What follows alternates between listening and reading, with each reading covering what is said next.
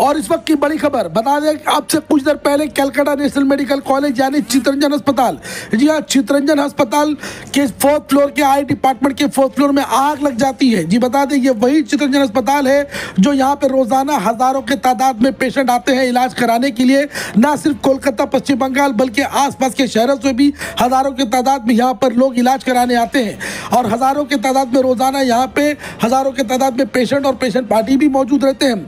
Calcutta national medical college यानी चितरंजन अस्पताल के आई डिपार्टमेंट के 4th फ्लोर पे आग लग जाती है किसी गलती के कारण, जबकि वहां पे 4th फ्लोर पे पेंटिंग का काम चल रहा था। वहां पे कोई पेशेंट नहीं थे जिसकी वजह से कोई कैजुअलिटी नहीं होती है, ये अच्छी बात है। और इसके अलावा वहां पे फौरी तौर पे फायर फाइटर्स को बुला लिया जाता है। मौके पे बेनियापुकुर थाना के तमाम ऑफिसर्स पहुंचते हैं, आग में काबू पा लिया जाता है। इसके साथ साथ चंद्रिमा भट्टाचार्य जो कि फिनांस मिनिस्टर है वेस्ट बंगाल के, इनके साथ काफी सारे हाई रैंकिंग ऑफिसर आते हैं हालात का जायजा लेने के लिए।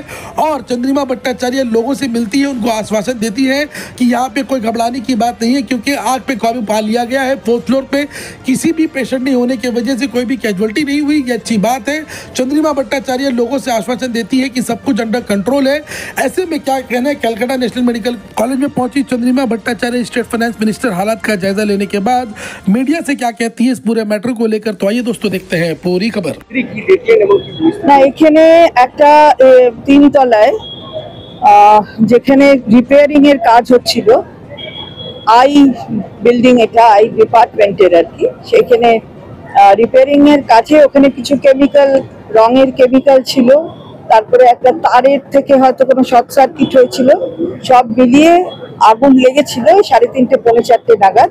কিন্তু আমাদের যারা এখানে রয়েছেন আধিকারিকরা, ফায়ারের আধিকারিক সহ আমাদের যে পুলিশরা রয়েছেন এখানে, সকলের তৎপরতায় খুব তাড়াতাড়ি একদম আধ ঘন্টার মধ্যে আগুন কন্ট্রোলে নিয়ে এসে আগুনে কোনো অন্যরকম ক্ষতি হয়নি। এই জায়গাটাতেই যা আগুন লেগেছিল আর কি, অন্য কোথাও হয়নি। এটা অত্যন্ত ভালো ভাবে এরা কাজ করেছেন, না হলে নিচেই এসএনসিইউ ছিল, সুতরাং কোনো ক্যাজুয়ালিটি হয়নি। এটা এদের তৎপরতার জন্য হয়েছে। আমাকে মাননীয় মুখ্যমন্ত্রী দেখতে বলেছিলেন, এসে আমি তার নির্দেশ পালন করে দেখে এলাম। আতঙ্ক ছড়িয়েছে স্বভাবতই, যেহেতু পেশেন্টরা থাকে। না, আতঙ্ক ছড়াবার মতন কিছু নয় আর কি, এটা হচ্ছে রং হচ্ছিল এখানে, অন্য কিছুতে কোনো ব্যাপার নাই। রঙের সাথে কোনো একটা তারের কোনো কেমিক্যালের এতে শর্ট সার্কিটটা হচ্ছে। না না, কোনো ক্যাজুয়ালিটি রিপোর্ট, একদম আন্ডার কন্ট্রোল আছে, সব ঠিক আছে, কোনো অসুবিধা। কোনো রোগী ওখানে ছিল না, কোনো রোগী পরিষেবা এখানে হচ্ছে না বলে এটা রিপেয়ারিং হচ্ছে। Thank you.